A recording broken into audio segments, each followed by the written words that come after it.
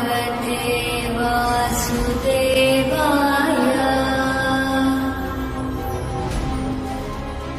ॐ नमो भगवते वासुदेवाय।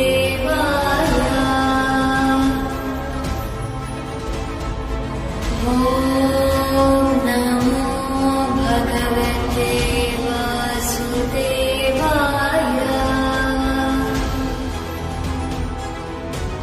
ॐ नमो भगवते वासुदेवाय।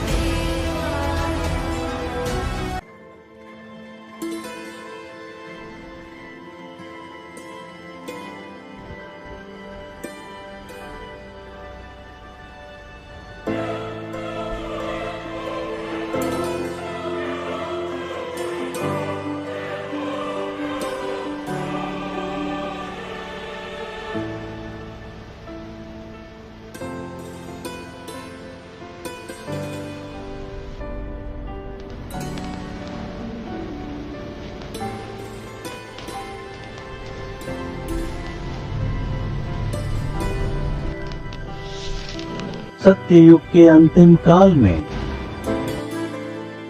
जब धर्म की ज्योति मंद पड़ने लगी थी, पूरी धरती अधर्म और अत्याचार से कांप रही थी। असुर राज हिरण्यकश्यपु का आतंक इतना बढ़ चुका था कि देवता, ऋषि, यहाँ तक कि स्वयं इंद्र भी भयभीत हो उठे थे।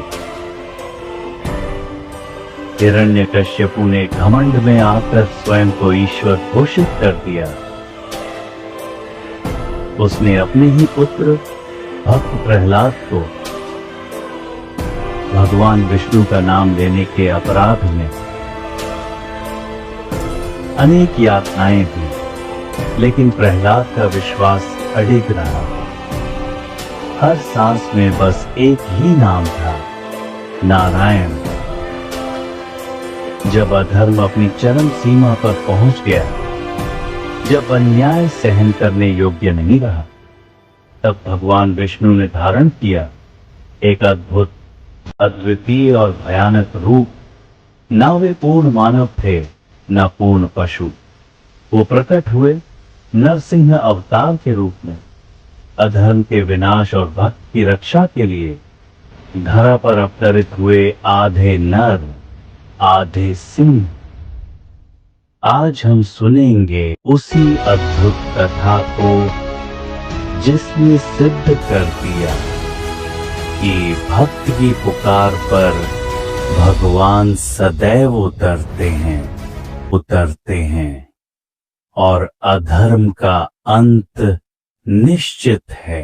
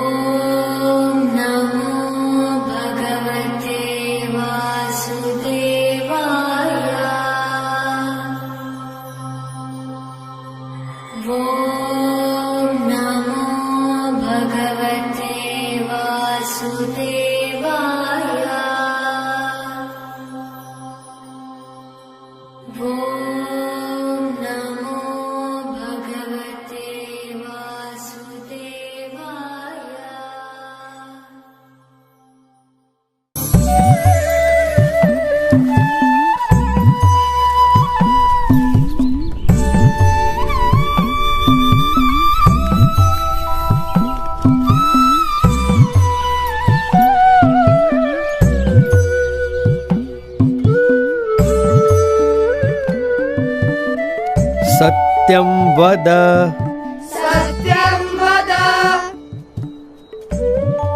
धर्मं चर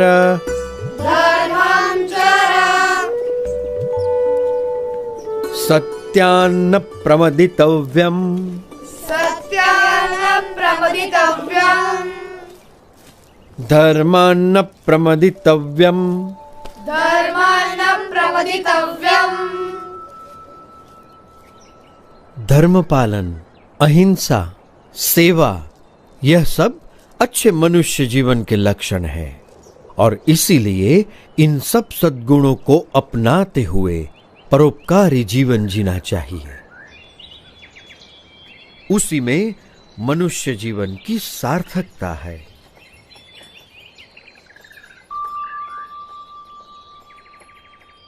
बड़े ध्यान से सब सुन रहे हो। क्या समझ में आ रहा है? कुछ प्रश्न हो तो जरूर पूछना, झिझकना मत। निस्वार्थ सेवा भावना और सदाचार में कोई बुराई नहीं है, पर केवल सत्वगुणी प्रवृत्तियों से ही जिया गया जीवन परम कल्याण के लिए पर्याप्त है। जन्म से लेकर मृत्यु तक यदि केवल इन सब में ही जीवन व्यतीत हो तो स्वयं का कल्याण कैसे होगा?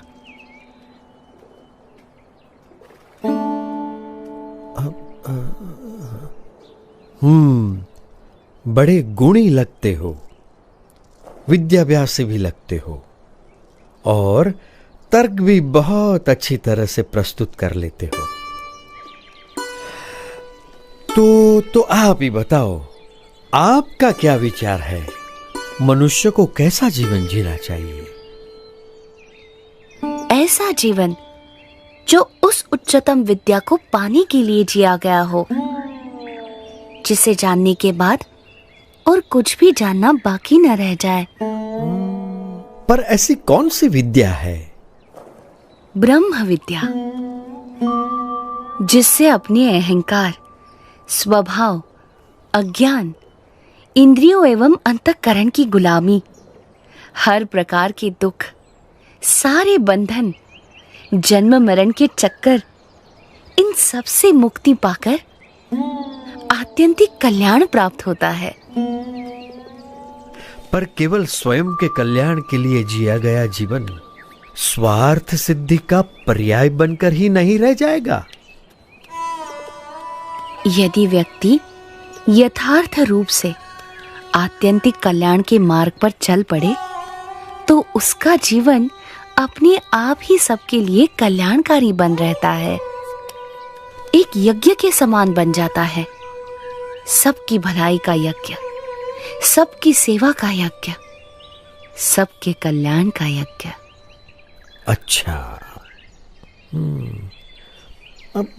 पर आप हो कौन?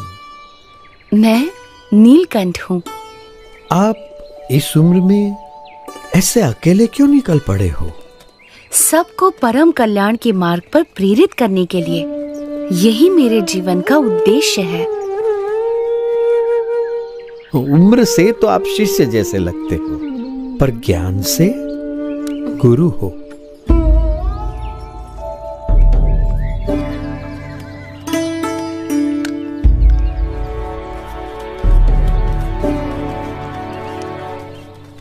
प्रणाम।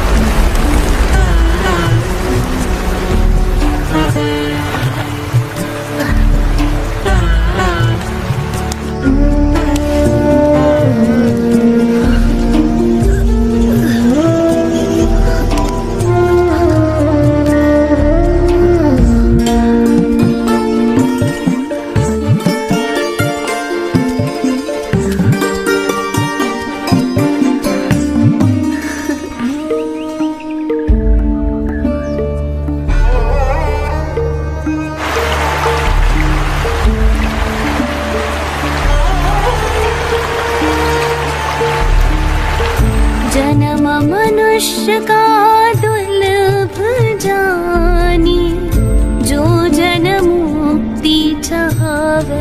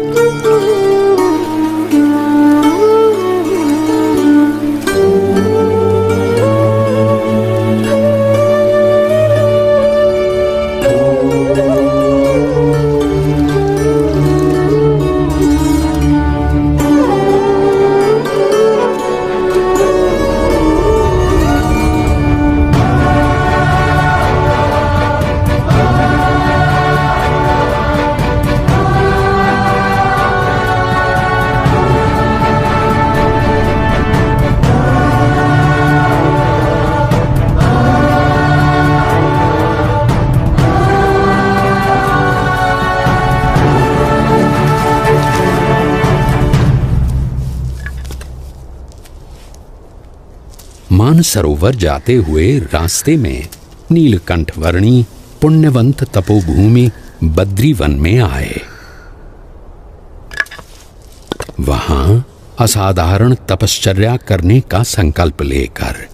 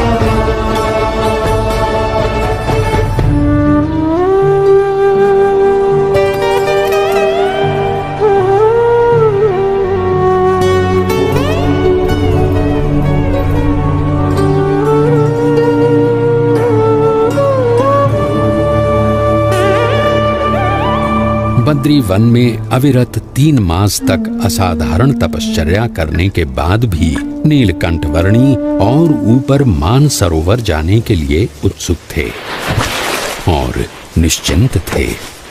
और यहाँ नीचे ज्योतिर्मठ में बद्रीनाथ मंदिर के पुजारी जी चिंतित थे। पुजारी जी, ऐसा हिमप्रपात तो हर साल शीत ऋतु में होता रहता है, आप इतने चिंतित क्यों हो गए? क्योंकि इस साल शीत ऋतु में एक नन्हा बालक मानसरोवर की ओर चल पड़ा है। हमें यहाँ इतनी संरक्षित जगह पर रहते हुए भी चिंता हो जाती है, तो उसे वहां कितनी चिंता होती होगी, कितना डर गया होगा वो। जिस भूमि पर शीत ऋतु में खड़ा रहना ही मुश्किल है, वहां अपनी यात्रा कैसे करता होगा वो। बर्फ के वीरान रेगिस्तान में केवल 11 साल का मासूम अकेला।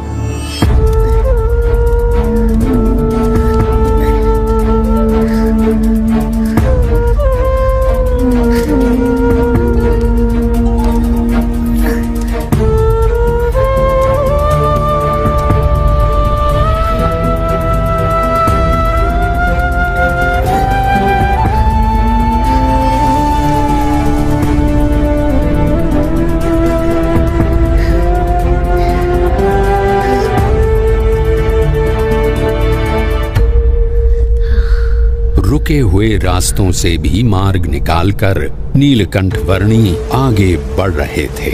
जहां ठंड से लड़ते लड़ते सूरज की किरणें भी हार जाती थीं, वैसे बर्फ के रेगिस्तान में सूरज से भी अधिक देदीप्यमान रहते हुए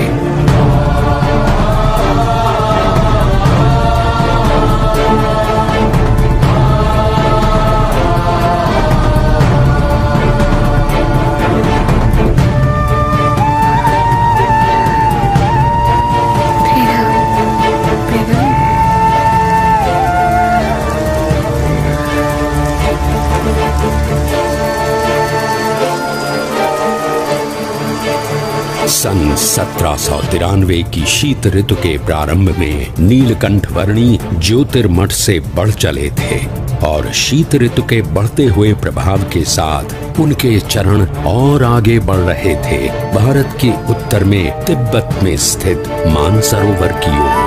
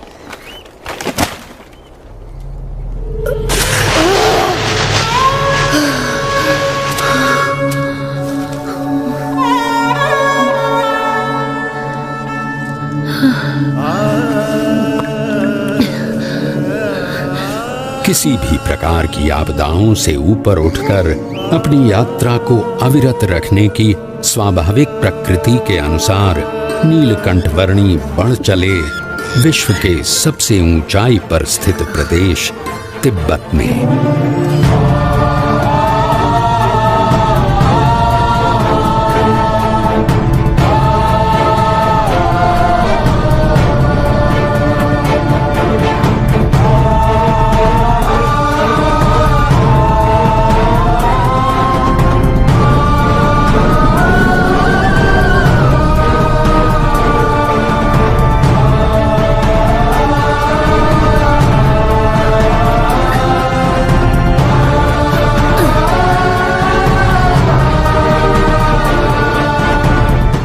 मानो कोई भी विपत्ति ऐसी बनी ही नहीं थी जो नीलकंठ वर्णी के सदा आगे बढ़ रहे चरणों को रोकने में समर्थ हो, चाहे वो सफेद बर्फ से प्रतिबिंबित होकर आंखों को चौंधिया देने वाली सूरज की किरणें हों या साक्षात मृत्यु के समान उमड़ते बवंडर।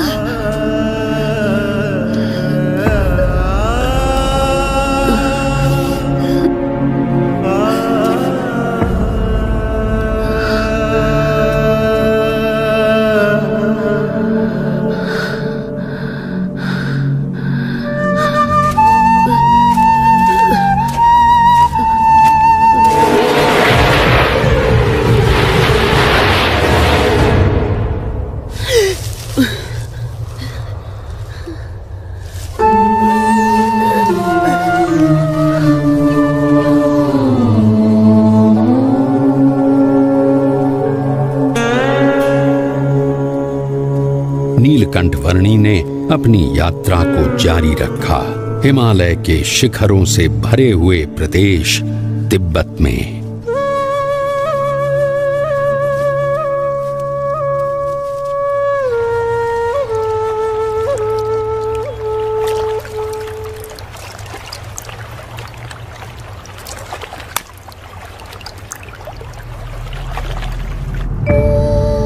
हिमालय के उत्तुंग बर्फीले पर्वतों का विश्व तिब्बत, जिसकी औसतन ऊंचाई 16,000 फीट है और जो विश्व की छत कहलाता है, वहां शीत ऋतु में 0 से नीचे 40 अंश तक के तापमान में नीलकंठ वर्णी अकेले मानसरोवर की ओर बढ़ रहे थे।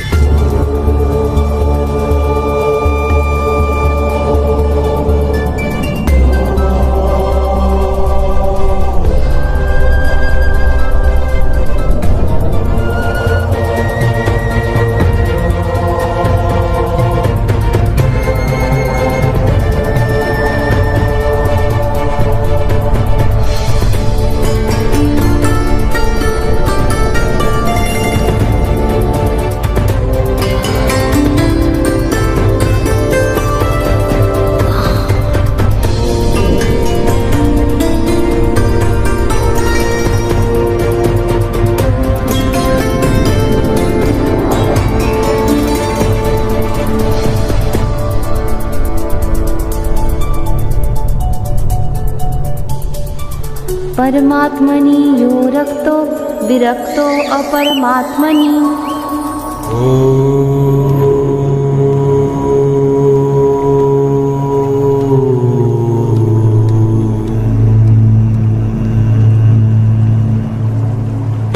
ज्योतिर्मठ से मानसरोवर की यात्रा शुरू करने के लगभग 4 महीनों के समय में नीलकंठ वर्णी आ पहुंचे कैलाश पर्वत के निकट स्थित क्षेत्र में।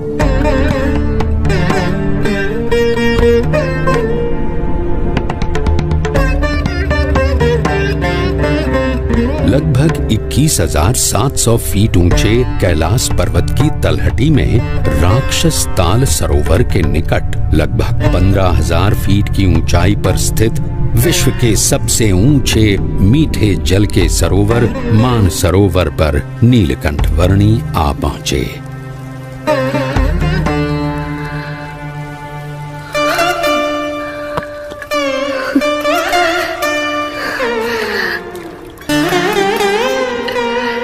मानस क्षेत्र की प्राण घातक शीत ऋतु में नीलकंठ वर्णी ने संकल्प किया लगभग 320 वर्ग किलोमीटर में फैले हुए मानसरोवर की लगभग 88 किलोमीटर लंबी परिक्रमा करने का।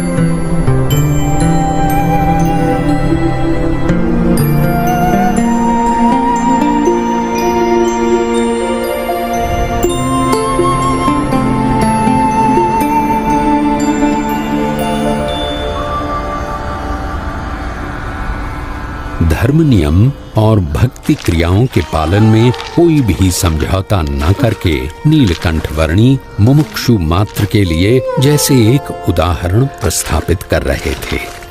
जहां शीत ऋतु में पीने के लिए भी पानी की व्यवस्था उपलब्ध नहीं थी, वहां भी स्नानादिक नित्य नियमों का पालन करते हुए भक्ति पूर्वक नित्य पूजा के नियम को भी दृढ़ रखते हुए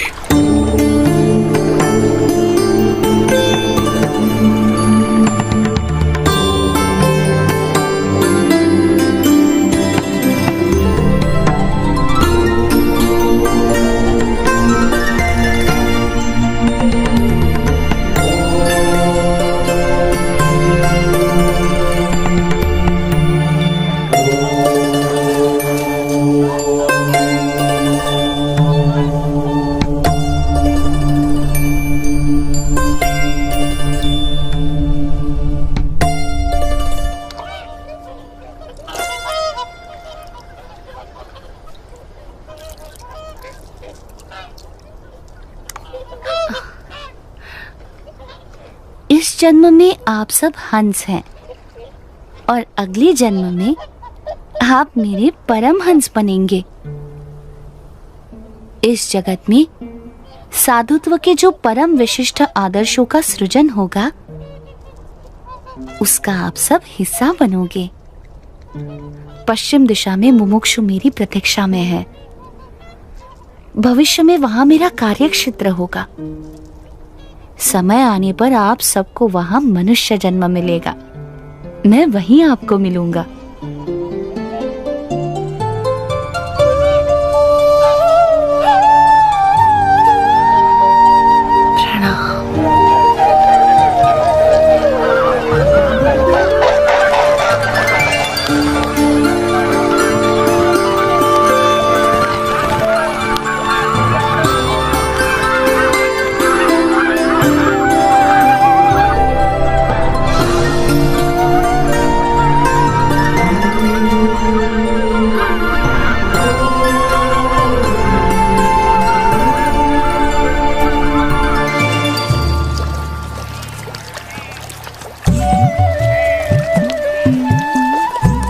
शीत ऋतु तिब्बत प्रदेश में बिताकर नीलकंठ वर्णी पुनः बद्रीनाथ जाने के लिए निकल पड़े।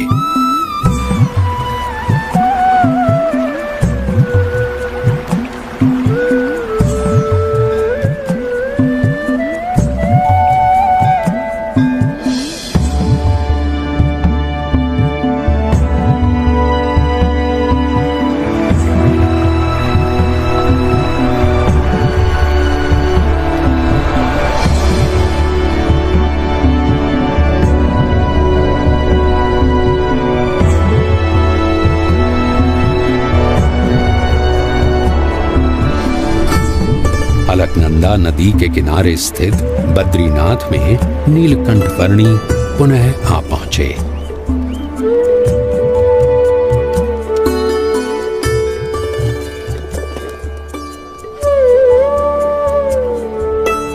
जय बद्रीनाथ जी की जय बद्री विशाल, जय बद्री। ओ पुजारी जी आ गए।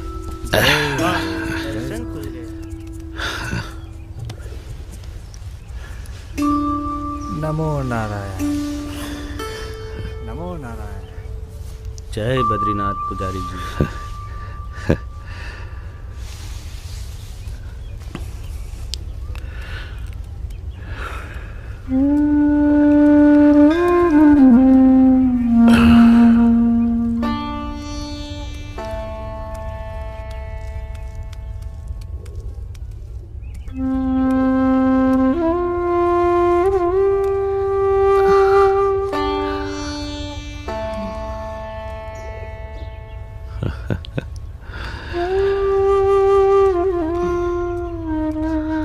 नीलकंठ वर्णी, आप नीलकंठ वर्णी हो? जी पुजारी जी। अरे प्रभु,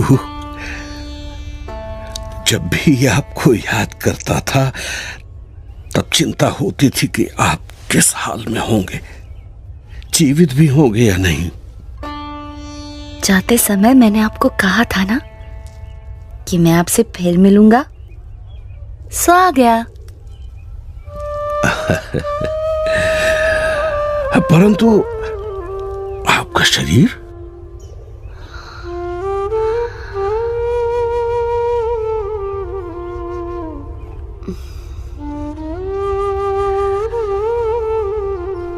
कितना दुबला पतला हो गया है। चलिए, सबसे पहले कुछ अन्न ग्रहण कर लीजिए। आइए प्रभु, पधारिए। यहां से चलिए प्रभु, इस तरफ से पधारिए।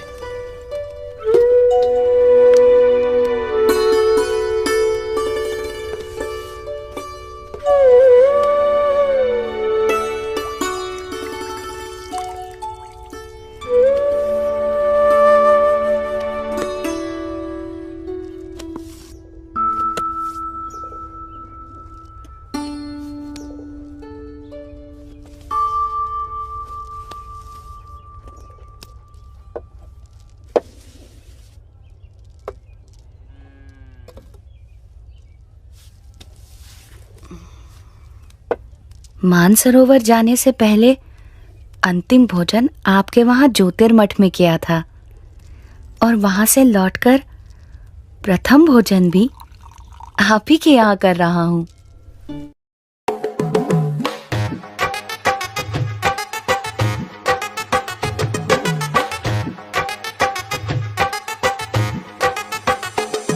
तेरी मस्ती में नाचे चिल्ले पी के ने प्रसाद तेरा, बेस बढ़ा के गाड़ी में बोले चल से फिर राग तेरा, मार के सूटा जिंदगी के फिर कम कर ले से गम भोले बम भोले बम बम भोले बम बम भोले बम बम भोले बम भोले बम बम भोले बम बम भोले बम बम भोले।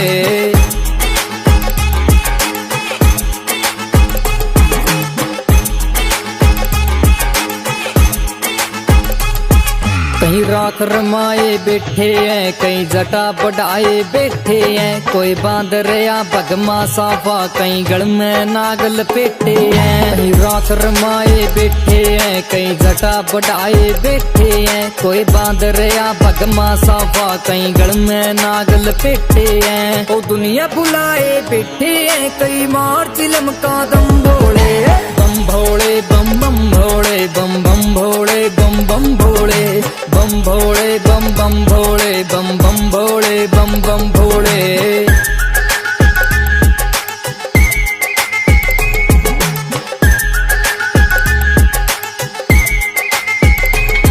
कोई धोखा दे गए आर्या से, कोई दिल तड़वा गए आर्या से, आर्या से कोई खुशी खुशी, कोई आंख में आंसू लिया से। कोई धोखा दे गए आर्या से, कोई दिल तड़वा गए आर्या से, आर्या से कोई खुशी खुशी, कोई आंख में आंसू लिया से। कोई फोटो खींचने आर्या से, तेरे धाम पे करके तुम भोले बम भोले बम बम भोले बम बम भोले बम बम भोले बम भोले बम बम भोले बम बम भोले बम बम भोले।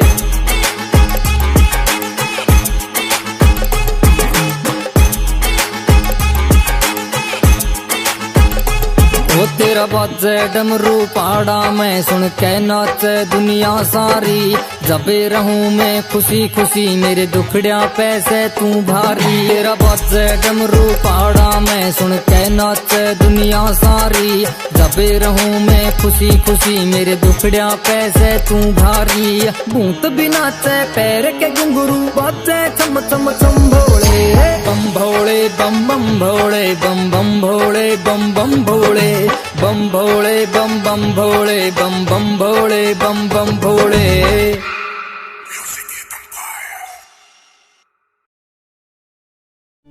अकल्पनीय।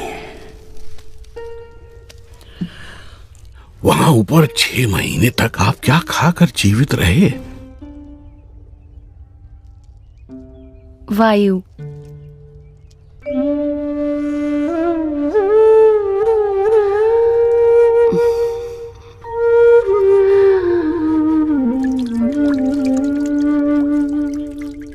मुमुक्षुओं के भावों को परख कर उन्हें अपने संबंध से कल्याण के मार्ग पर प्रेरित करते रहने का नित्य क्रम नीलकंठ वर्णी ने अखंड रखा था।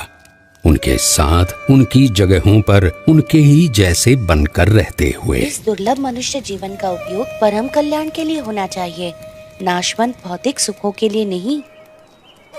और कभी प्रत्यक्ष रूप से साथ रहने का योग न रहे तो अपनी स्मृतियों और वचनों के सहारे कल्याण के मार्ग पर चलते रहने का सुयोग करवाते हुए। प्रभु, आपने कहा था कि आपकी यात्रा कल्याण के लिए है, परंतु आपकी इतनी कष्टदायक यात्रा से किसी का कल्याण कैसे होगा? इस पृथ्वी पर जगह जगह पर अनेक मुमुक्षु हैं जो सच्चे भक्ति भाव से साधना कर रहे हैं। मुझे यात्रा करके उनसे भेंट करनी है, उन्हें कल्याण के मार्ग पर प्रेरित करना है। दूसरों के कल्याण के लिए स्वयं पर इतना कष्ट? नीलकंठ, आपकी यात्रा सच में कल्याण यात्रा ही है। मेरा परम सौभाग्य कि मुझे आपकी सेवा का अवसर मिला। मेरा ध्यान रखने के लिए आपका भी धन्यवाद। आप अपना विशेष ध्यान रखिएगा नीलकंठ वर्णी। शुभम भवतु। प्रणाम।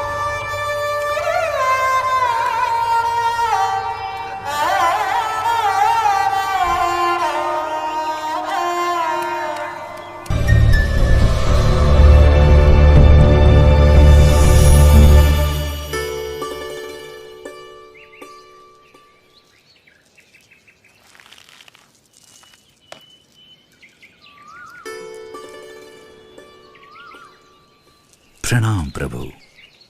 बड़ी दिव्य और असाधारण प्रतिभा है आपकी। शायद आप वही है जिनकी भक्ति हम करते हैं। जिनके आशीर्वाद से हमारा राज्य, हमारा संसार चलता है। आपके आगमन से मेरे राज्य की धरती तो पावन हो ही गई है। अब कृपया मेरे राजभवन में पधारकर उसे भी धन्य कीजिए। आपके और आपके परिवार के बलिष्ठ संस्कार हैं, इसीलिए मैं आपके वहां जरूर आऊंगा।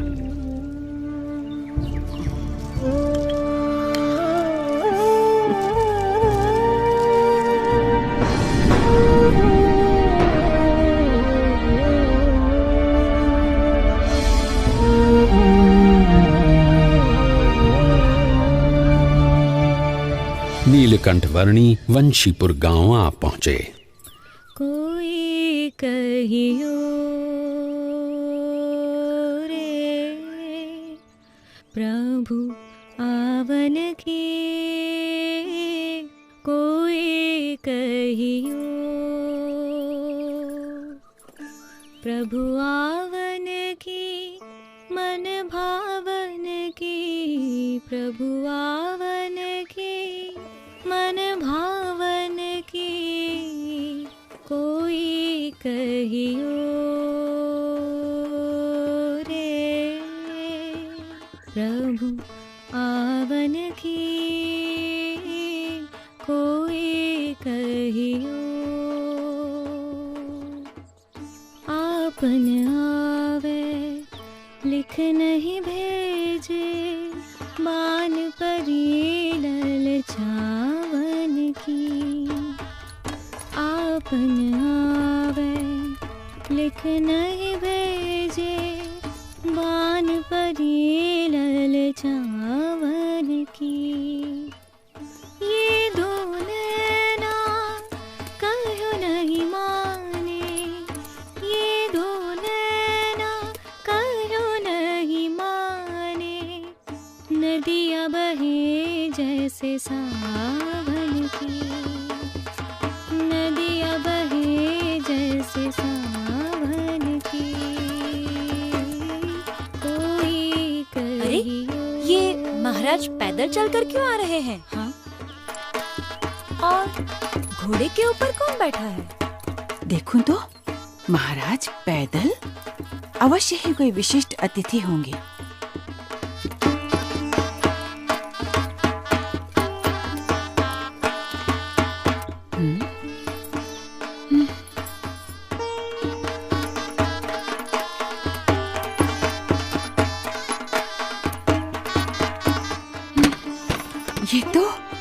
ये तो सच में कोई दिव्य व्यक्ति हैं।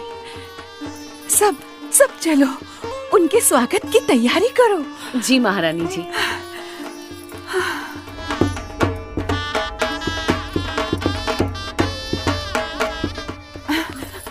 और सुनो, राजकुमारी ईला और सुशीला को भी बुला लो। जरूर महारानी जी।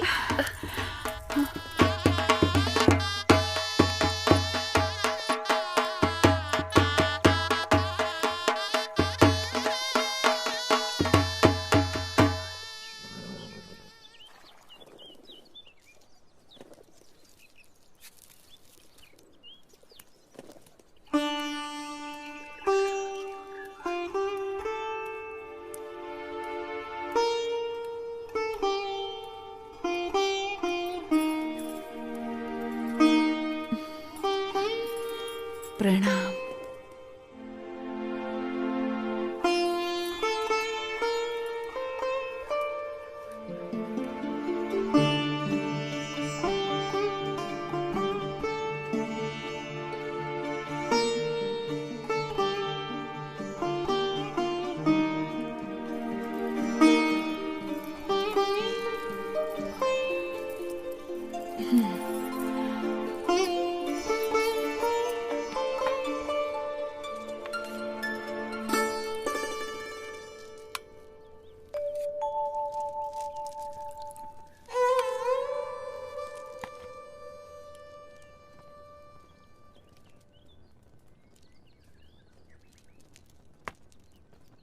वर्णी जी, हमारे राजा धर्म पालन के आग्रही हैं और उसके फलस्वरूप उनके ऊपर ईश्वर की इतनी कृपा है कि उन्हें इतनी प्रतिष्ठा, इतना मान सम्मान, इतनी धन दौलत, इतना वैभव, ऐसा श्रेष्ठ भोजन, सब कुछ प्राप्त है। धर्म का संबंध केवल धन दौलत, पद प्रतिष्ठा, मान सम्मान, बाह्य वैभव और बाह्य व्यक्तित्व से नहीं, किंतु आंतरिक प्रतिभा से है।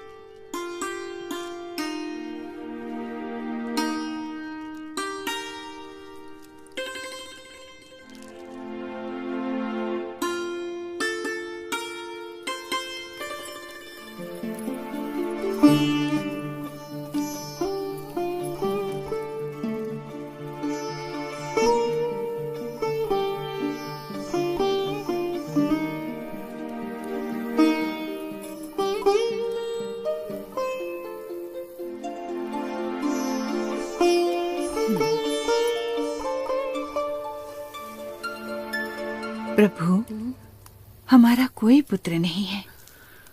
उस बात से मैं चिंतित रहती थी, पर अब आपके आने से मेरे पुत्र की कमी पूरी हो गई। अब आप यहीं रुक जाइए। आपके पूर्व जन्मों के संस्कार हैं और आपका भक्ति भाव भी है, इसीलिए मैं यहाँ आया हूँ। और आपकी तरह और कई मुमुक्षुओं को भी मुझे मिलना है।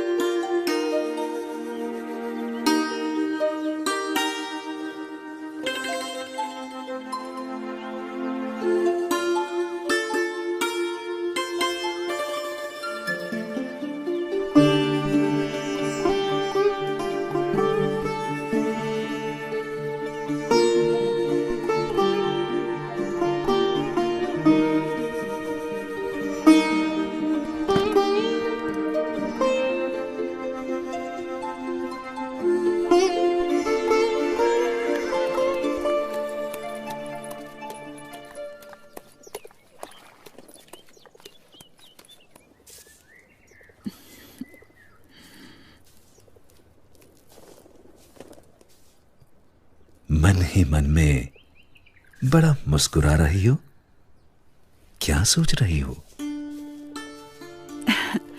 सोच रही हूँ नीलकंठ वर्णी कितने महान व्यक्ति हैं, सरल जीवन और उच्च विचार। और हमारी ईला और सुशीला भी कितने भक्तिभाव से उनकी सेवा में जुड़ गई हैं।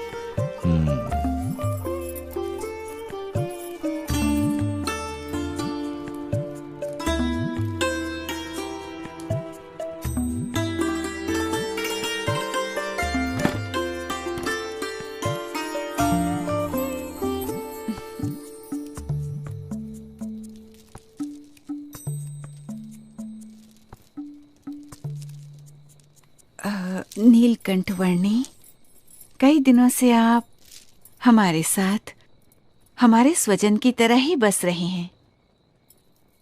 और केवल हम ही नहीं, पर यहाँ छोटा बड़ा हर कोई आपको अपना स्वजन समझने लगा है। सभी को आपसे लगाव हो गया है। इतने दिनों से आपका जीवन निकट से देखकर हमें प्रतीति है कि आप कोई असाधारण दैवी तत्व हैं, साक्षात परमात्मा हैं। ये सब देखकर मेरे मन में एक विचार आ रहा है कि यदि आप हमेशा के लिए हमारे स्वजन बनकर रह जाएं, तो कितना अच्छा होगा। यदि समझ में आए तो मैं तो हमेशा के लिए सबका स्वजन हूँ। एक सच्चे स्वजन की तरह हमेशा सबके साथ ही रहता हूँ। अब हमारी अपेक्षा है कि हम ये सब कुछ त्याग कर आपके चरणों में न्यौछावर करके मोक्ष के काम में ध्यान दें और हमारी सारी धन दौलत, हमारी सारी संपत्ति, हमारा राज्य और ईला और सुशीला को भी आपको सौंप दें। हमारी पुत्रियों से ब्याह करके हमारा सब कुछ स्वीकार कर लीजिए नीलकंठ।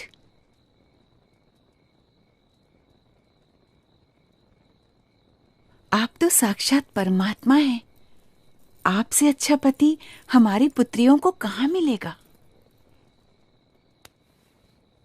माते, जो सबका स्वजन है उसे केवल अपना बना लेना चाहती हैं। मैं आप सबको सारे बंधनों से मुक्त करना चाहता हूँ और आप मुझे ही ये सब बंधनों में बांधना चाहती हैं। बेटा, अभी जवानी फूटी नहीं है, इसलिए ऐसी बातें कर रहे हो। पर जब जवान हो जाओगे तब स्त्री सुख के बिना रह नहीं पाओगे। जब स्त्री सुख के लिए तड़पोगे तब एहसास होगा कि ऐसी सुंदर कन्याओं और ऐसे राज्य का प्रस्ताव ठुकरा करके तुमने बहुत बड़ी भूल कर दी। पर तब यह मौका निकल चुका होगा। क्षमा कीजिएगा, पर आप मोह में अंध होकर मुझे जानते हुए भी मेरा असली स्वरूप भूल रहे हैं।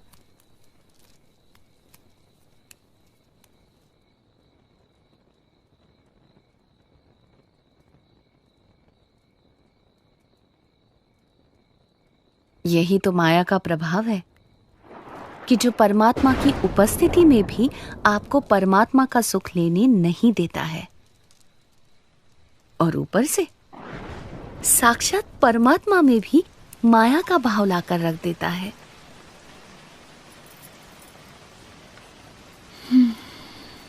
माँ, पिताजी, ये नीलकंठ वर्णी तो निर्लेप है, निर्विकारी है। ये सब मोह माया से पर परम सुख के दाता स्वयं परमात्मा हैं। वे ऐसे क्षुल्लक लौकिक सुखों में क्यों बंधेंगे? हाँ माँ, मोह से मुक्त होकर और हमारी चिंता छोड़कर नीलकंठ वर्णी की महिमा को अंतर में दृढ़ रखो। हाँ बेटा।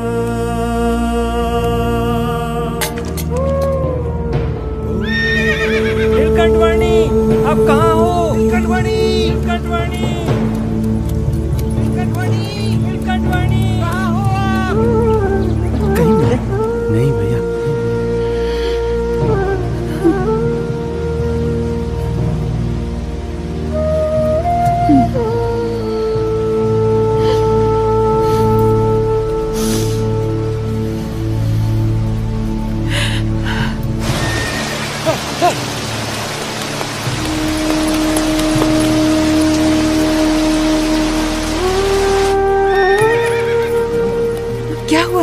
नीलकंठ वर्णी मिले? सुबह से लेकर अब तक हमने नीलकंठ वर्णी को हर दिशा में ढूंढा, पर वो कहीं नहीं मिले।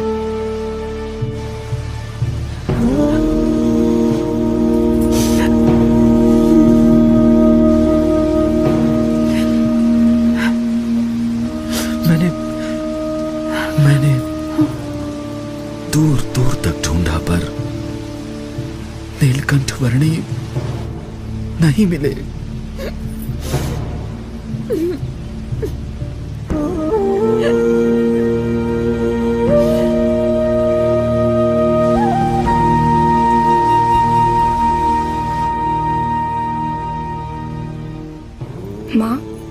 चले तो गए हैं, पर हमें सच्ची समझ देकर गए हैं, हमारा कल्याण करके गए हैं। उन्होंने कहा था ना कि उन्हें तो अभी अनेक मनुष्यों का कल्याण करना है। वे कहते थे ना कि यदि समझ में आए तो एक सच्चे स्वजन की तरह वे हमेशा सबके साथ ही रहते हैं, वैसे ही वे हमेशा हमारे साथ रहेंगे। हाँ बेटा।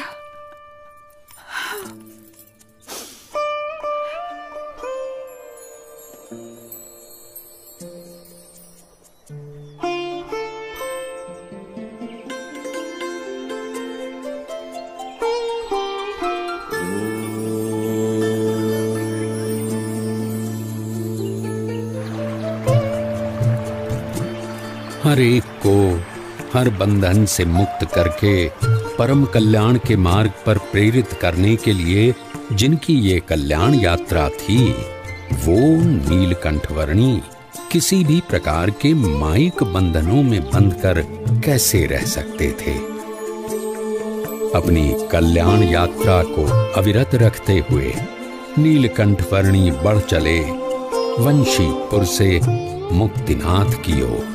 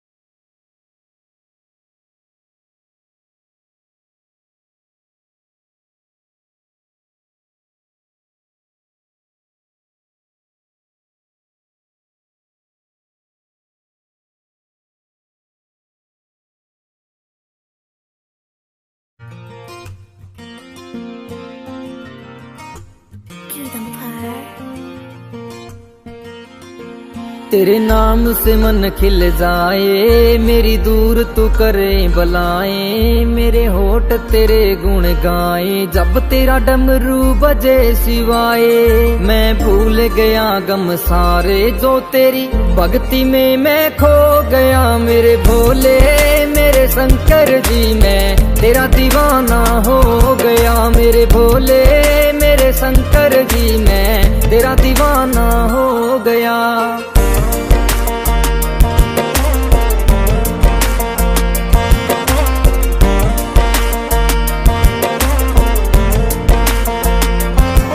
तेरे गले में नाग विराजे, मस्तक पे चंदा साजे, बाग खिले हैं सबके, जो तेरे दर आए या भागे। तेरे कदमों में भोले ये मेरा ठिकाना हो गया। मेरे भोले मेरे शंकर जी, मैं तेरा दीवाना हो गया। मेरे भोले मेरे शंकर जी, मैं तेरा दीवाना हो गया।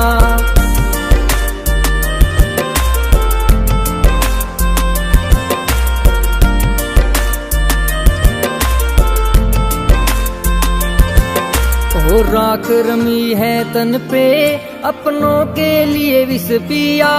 हो खुद रहता तू पर्वत पे, पर भक्तों को सब दिया।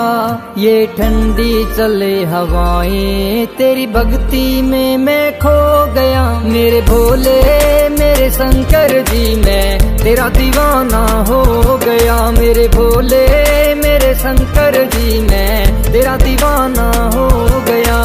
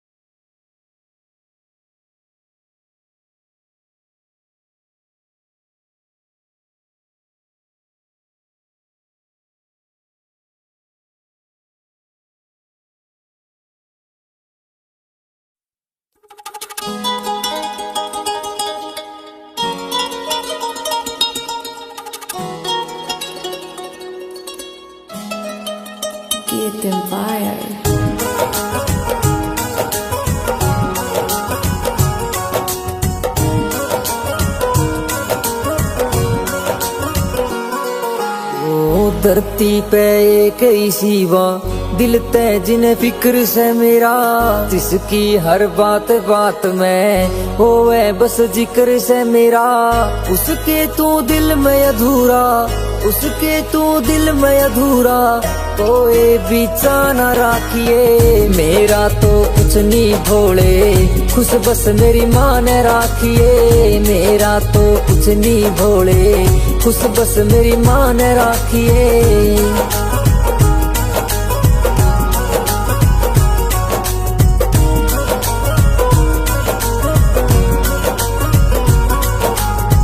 खुद के वो ख्वाब भूल गई जिसने मेरे ख्वाब पुगाए। रिश्ता एक माँ का छोड़ के सारे तने फेक बनाए। मन ने बस माँ मेरी की, मन ने बस माँ मेरी की, भोले पर छाम राखिए। मेरा तो कुछ नहीं भोले, खुश बस मेरी माँ ने राखिए। मेरा तो कुछ नहीं भोले, खुश बस मेरी माँ ने राखिए।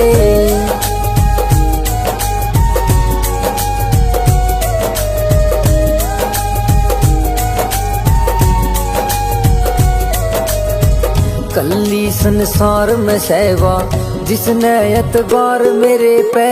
पहला मन माँ का भोले, दूजा एतबार तेरे पे। जितने भी जन्म लेऊं मैं, जितने भी जन्म लेऊं मैं, उस बिन कोई था न राखिए। मेरा तो कुछ नहीं भोले, खुश बस मेरी माँ ने राखिए। मेरा तो कुछ नहीं भोले, खुश बस मेरी माँ ने राखिए।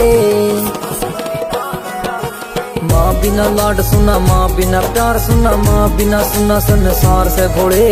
माँ बिना सुख सुना, माँ बिना दुख सुना, माँ बिना सुना सारा सार से भोले। बचपन में सुना से कहानी सुनी, माँ बिन सुनता ना कोई परेशानी सुनी। माँ बिन रोटी सुनी, चूल्हा सुना, घर सुना, माँ बिन लागे भगवान का भी दर सुना। माँ बिन ना मैं धन दौलत मांगण आया, ना मैं आया कोठी कार मांगण खातर। मैं मेरी माँ खातर आया हूँ भोले, दुनिया आंधी होगी प्यार मांगने खातर। मेरा तो कुछ नहीं भोले, खुश बस मेरी माँ ने राखिए। मेरा तो कुछ नहीं भोले, खुश बस मेरी माँ ने राखिए।